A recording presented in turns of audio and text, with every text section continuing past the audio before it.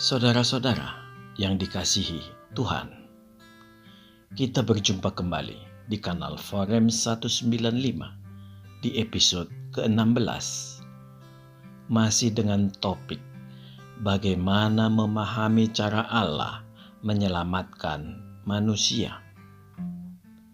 Di episode sebelumnya, kita sudah melihat banyak orang Kristen yang salah memahami bagaimana menerima keselamatan. Yang kebanyakan terjadi malah menjadikan keselamatan hanya sekedar euforia atau kehebohan belaka. Bahkan memposisikan dirinya dalam kondisi excited atau gembira luar biasa dengan menjadikan keselamatan sebagai drug atau candu karena merasa telah diselamatkan. Mereka lupa bahwa sebagai manusia biasa kita masih harus menjalankan tugas dan kewajiban selama masih berada di dunia ini. Dan seharusnya lah segala tugas dan kewajiban itu tetap harus dilaksanakan, bahkan harus lebih baik, dengan lebih merendahkan hati, serta menjalaninya dengan penuh sukacita. Inilah yang diinginkan Alkitab, dan inilah perasaan hati Tuhan. Saudara-saudara yang terkasih, marilah situasi euforia seperti di atas kita ilustrasikan dengan melihat dari sebuah kisah seperti contoh berikut. Kita mendapat kabar akan mendapat hadiah dari pimpinan kita bahwa bulan depan kita akan diberi mobil gratis. Kita bergembira dan berencana membuat garasi mobil yang baik agar mobil dapat terawat dan tidak dicuri. Kita sangat bergembira sampai-sampai lupa membuat garasi. Bahkan ketika mobil itu diberikan, kita justru semakin kebablasan dengan menjual mobil tersebut dan semakin gembira mendapat uang sedemikian banyak. Pimpinan kita hanya bisa merasa sedih. Dia ingin kita memakai mobil hadiah tersebut setiap kita ke kantor. Tujuannya, pimpinan ingin kita layak atau pantas berkantor di perusahaannya. Inilah perkenanan pimpinan kita dengan mengangkat harkat dan martabat kita. Saudara-saudara yang terkasih, kenyataan apa yang bisa kita lihat dari kisah ini? Sebenarnya lah, kita tidak pernah memiliki mobil hadiah itu. Mobil itu hanya numpang lewat karena kita menjualnya. Iya, sesungguhnya lah kita tidak pernah memiliki keselamatan itu. Keselamatan itu kita terima dan kita jual untuk membeli kegembiraan. Peristiwa yang terjadi di dalam diri kita adalah kita merubah kondisi iman berupa realita keselamatan yang seharusnya sudah kita miliki dan menjadikannya hanya sekedar sikap percaya dalam bentuk keselamatan yang masih berupa harapan. Mengapa demikian? Iya, apabila kita sudah menerima keselamatan, maka hidup yang kita jalani akan tampak berubah. Tujuan pimpinan perusahaan adalah meringankan pekerjaan dan membuat kita layak bekerja di perusahaannya. Kita bisa saja menjalani hidup di dunia dengan beban yang sama, atau bahkan mungkin lebih berat dari sebelumnya. Akan tetapi, cara pandang kita sudah berubah. Dalam bekerja, kita merendahkan hati karena kita melayani Tuhan dengan penuh sukacita. Inilah yang melayakkan kita menjadi anak-anak Allah, yang sebagai seorang anak mewarisi keselamatan dari Bapa kita. Ini semua terjadi karena kita sudah memperoleh perkenanan Allah. Saudara-saudara yang terkasih, Yesus Kristus sangat banyak mengajarkan di dalam khotbahnya bagaimana untuk memperoleh dan menjaga keselamatan ini. Artinya, keselamatan itu bukan hal yang sepele, yang bisa kita perjualbelikan, yang bisa kita pertukarkan menjadi sekadar bentuk kegembiraan yang sesaat. Semua khotbah Yesus Kristus mengandung arti yang sangat dalam. Salah satu yang harus kita ingat, tercatat di kitab Injil Matius 19 ayat 24. Marilah kita membacanya. Sekali lagi aku berkata kepadamu, lebih mudah seekor unta masuk melalui lubang jarum daripada seorang kaya masuk ke dalam kerajaan Allah. Ayat serupa dapat saudara lihat di Markus 10 ayat 25, di Lukas 18 ayat 25. Ayat ini memperlihatkan betapa sulitnya masuk ke dalam sorga, yang di sini diumpamakan seperti jendela yang sangat kecil. Tipe khotbah Yesus Kristus seperti ini sebenarnya banyak di Alkitab. Ajaran-ajaran Yesus Kristus inilah yang harus kita pakai sebagai jembatan untuk menyambung jurang pemisah antara kita dengan Allah. Sayang, ajaran Yesus Kristus jarang dijabarkan dengan rinci di gereja. Ini disebabkan ajaran Yesus Kristus langsung menyentuh dasar sisi kehidupan kita, terlalu langsung menelanjangi kita, dan itu kurang disukai manusia yang ingin serba nyaman. Dengan kata lain, pengajaran Tuhan terlalu menyakitkan hati kita, terlebih bila hati kita terlalu tinggi. Saudara-saudara yang terkasih, inilah permintaan Yesus Kristus agar kita mempersiapkan sikap hati untuk menerima keselamatan yang akan diberikannya di kayu salib. Mengapa sikap hati? Bila kita perhatikan, seluruh khotbah Yesus Kristus mengarah ke perubahan sikap hati. Kita orang Kristen banyak yang tidak menyadari hal itu. Dari episode lalu, kita sudah memperlihatkan bagaimana Gandhi begitu mengagumi Yesus Kristus. Bahkan, kehidupan Gandhi sangat banyak dipengaruhi ajaran Tuhan. Mata batin Gandhi melihat yang tidak kelihatan. Dia memandang dengan imannya kepada Tuhan Yesus Kristus. Sekalipun dia seorang Hindu, dia mereformasi hidupnya yang sekaligus mempengaruhi pengajarannya. Kita semua dapat melihat Gandhi menyempurnakan ajarannya dengan dibalut kasih, karena Gandhi tahu kasih itu adalah Allah sendiri. Di dalam menjalani hidup, Gandhi lebih Kristen dari orang Kristen itu sendiri. Hampir di seluruh khotbahnya, Yesus Kristus mengajari bagaimana seharusnya sikap hati kita agar dapat menerima keselamatan. Memanglah, Yesus Kristus mempersiapkan kita semua sebagai calon penghuni kerajaan sorga. Yesus Kristus menjabarkan dengan sangat spesifik, dan dia memulai pengajarannya dengan kata yang sederhana, yaitu meminta kita percaya kepadanya.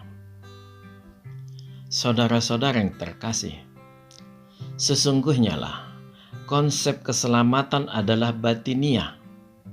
Tuhan tidak menginginkan sikap euforia yang dikejar. Alkitab mengatakan, menerima Tuhan tetap dalam kondisi apa adanya kita sebelumnya. Tuhan hanya meminta, menyertakan Tuhan di dalam kehidupan kita. Allah yang akan mereformasi batin kita dengan membentuk karakter baru. Inilah lahir baru. Sebagai contoh, mari kita lihat kehidupan murid-murid Tuhan. Jika para murid Tuhan tidak sedang tugas pengabaran Injil keluar wilayah, mereka tetap menekuni pekerjaan keseharian mereka seperti biasa. Ada sebagian nelayan, tukang tenda, dan lain sebagainya. Orang dapat melihat Tuhan di dalam setiap kerja keseharian mereka, bukan hanya berdasarkan kuasa yang mereka peroleh dalam melakukan mujizat. Penolong yang lain, Roh Kudus, sudah membaharui mereka, membentuk karakter baru di dalam diri mereka. Dan yang penting, para murid Tuhan merespon perubahan yang terjadi di dalam diri mereka dengan taat pada pimpinan Roh Kudus. Saudara-saudara yang terkasih, inilah salah satu tujuan Allah menjadi manusia, untuk memberikan contoh langsung kepada manusia, terlebih kepada murid-murid langsung Tuhan. Ini dilakukannya pada mereka sebagai penerus langsung ajaran Yesus Kristus, berdasarkan pengalaman rohani mereka selama mengikuti Tuhan. Hanya di dalam ketaatanlah ada keselamatan, sebagaimana Yesus Kristus taat sampai mati di kayu salib, sehingga dia dipermuliakan Bapanya. Demikian juga kita harus taat agar kita semua kelak dipermuliakan hidup bersama-sama dengan Kristus. Perubahan yang terjadi pada murid-murid Tuhan inilah yang harus kita pelajari. Permasalahannya sebenarnya adalah bagaimana kita bisa menerima anugerah keselamatan dari Allah. Jadi, saya akan mengulanginya sekali lagi. Permasalahan bukan di keselamatan itu sendiri, karena sebenarnya bagi orang Kristen, keselamatan itu sudah tersedia. Permasalahan justru terletak di cara kita untuk diperkenankan Allah untuk memperolehnya.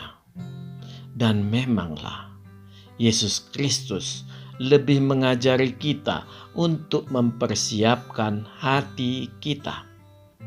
Bagi Kristus, tidak mungkin anggur yang baru ditempatkan di kantong yang lama, karena kantung yang lama itu akan robek. Saudara-saudara yang terkasih, jangan terlalu mudah mengatakan kita menerima keselamatan tanpa syarat. Kita harus mengerti benar apa maksud pernyataan itu. Sekalipun Allah memberi keselamatan, tetapi jika sikap hati kita menolak, maka sulit dikatakan bahwa kita akan diselamatkan. Yohanes 3 ayat 16 mengungkapkan itu. Harus percaya. Dari sini kita lihat ada effort minimal yang wajib kita miliki, yaitu percaya. Mari kita lihat ayat ini. Karena seperti apa kata percaya ini dijabarkan Alkitab dengan lengkap. Yohanes 3 ayat 16. Karena begitu besar kasih Allah akan dunia ini, sehingga Ia telah mengaruniakan anaknya yang tunggal, supaya setiap orang yang percaya kepadanya tidak binasa, melainkan beroleh hidup yang kekal. Jadi, yang harus kita dalami adalah apakah kita sudah termasuk orang yang percaya? Bila sudah percaya, bagaimana kita mempertahankan keselamatan itu supaya tidak dicuri iblis? Dengan pertanyaan lain, apakah keselamatan itu bisa hilang? Iya, benar. Alkitab bersaksi tentang hal itu. Situasi ini memberi dua kemungkinan. Pertama, memanglah benar keselamatan itu bisa dicuri iblis. Dan yang kedua, memanglah keselamatan itu sebenarnya belum diperolehnya. Dia hanya merasa bahwa dia telah diselamatkan. Padahal realitanya tidak demikian. Jadi, keselamatannya itu bukan hilang dicuri iblis. Tuhan belum melayakkan dia memperolehnya. Karena kesiapan hatinya belum serius menerima Tuhan. Disinilah terjadi kekeliruan kita orang Kristen. Allah sangat berintegritas. Dia hanya mewariskan keselamatan bagi orang yang mau belajar menumbuhkan integritas atau tanggung jawab. Artinya, kita cukup menyediakan diri. Selanjutnya, Tuhanlah yang berkarya di dalam diri kita. Dan pemeliharaannya akan dilakukan Roh Kudus. Saudara-saudara yang terkasih, salah satu contoh ayat kita berikan di sini. Dari sangat banyaknya ayat yang serupa, yang kita pakai sebagai acuan menjaga keselamatan kita. Ini bisa kita lihat di dalam Filipi 2 ayat 12. Hai saudara-saudaraku yang kekasih, kamu senantiasa taat. Karena itu, tetaplah kerjakan keselamatanmu dengan takut dan gentar. Bukan saja seperti waktu aku masih hadir, tetapi terlebih pula sekarang waktu aku tidak hadir. Dalam suratnya ke Filipi, Paulus menekankan agar senantiasa taat, mendahulukan ketaatan, lalu menggunakan keselamatan yang sudah diperoleh untuk bekerja dan berbuah banyak. Tetap dengan takut dan gentar, yang kita artikan waspada. Jangan berlaku sebaliknya, dengan mengagungkan keselamatan tanpa pernah berbuah, dan besar kemungkinan iblis sudah mencuri keselamatan itu. Karena orang seperti ini biasanya jarang waspada, cenderung sembrono. Saudara-saudara yang terkasih, kita sering mendengar tentang iman dan percaya. Kata iman dan percaya adalah unsur yang sangat mendasar sekali. Keduanya berasal dari akar kata yang sama, yaitu pis, dari bahasa Yunani. Artinya hanya satu, yaitu percaya. Pistis sebagai iman, dan pistio sebagai percaya. Bahasa Inggris disebut faith untuk iman, dan percaya adalah belief. Jadi, pengertian iman dan percaya sebenarnya sama. Hanya dalam pemakaiannya harus diperhatikan. Iman dalam dimensi kata benda, dalam kondisi selalu di hati kita sekarang, dan harus terus-menerus kualitasnya meningkat dalam hidup manusia sampai Tuhan memanggilnya. Sedangkan percaya dalam dimensi kata kerja, dalam kondisi selalu di pikiran kita, berupa harapan yang akan datang. Kesalahan dalam menempatkan kedua kata ini dapat mengakibatkan keselamatan berada pada dua kondisi dimensi sudut pandang. Ini sangat berbahaya. Oleh karena itulah, seluruh para murid Tuhan menekankan keselamatan ini pada pistis atau iman. Artinya, sudah kita peroleh ketika kita bertobat menerima Tuhan Yesus Kristus. Saudara-saudara yang dikasihi Tuhan, marilah kita melihat Ibrani 11 ayat 1. Iman adalah dasar dari segala sesuatu yang kita harapkan, dan bukti dari segala sesuatu yang tidak kita lihat. Kalau kita perhatikan, semua kalimat ini menunjukkan reformasi dari skala batin. Iya, Allah kita tahu penyakit kita semuanya. Penyakit yang mau disembuhkannya adalah batin. Memanglah, Allah selalu bekerja total dari unsur yang paling mendasar. Allah sudah menganugerahkan keselamatan bagi kita. Sudahkah kita menyiapkan garasinya, yaitu hati kita? Bila kita sudah menyiapkan hati kita dengan baik dan menjaganya, iblis pun tidak akan dapat mencurinya. Karena kita menjaganya bersama Tuhan. Inilah hidup yang berada dalam kesadaran akal budi. Terjadinya persekutuan roh di dalam hati manusia, antara roh manusia kita dengan Roh Kudus. Di bagian akhir yang keempat nanti, peran roh manusia ini akan kita dalami dengan melihat kaitannya pada keselamatan. Amin. Tuhan memberkati. Marilah kita masuk ke saat teduh sejenak.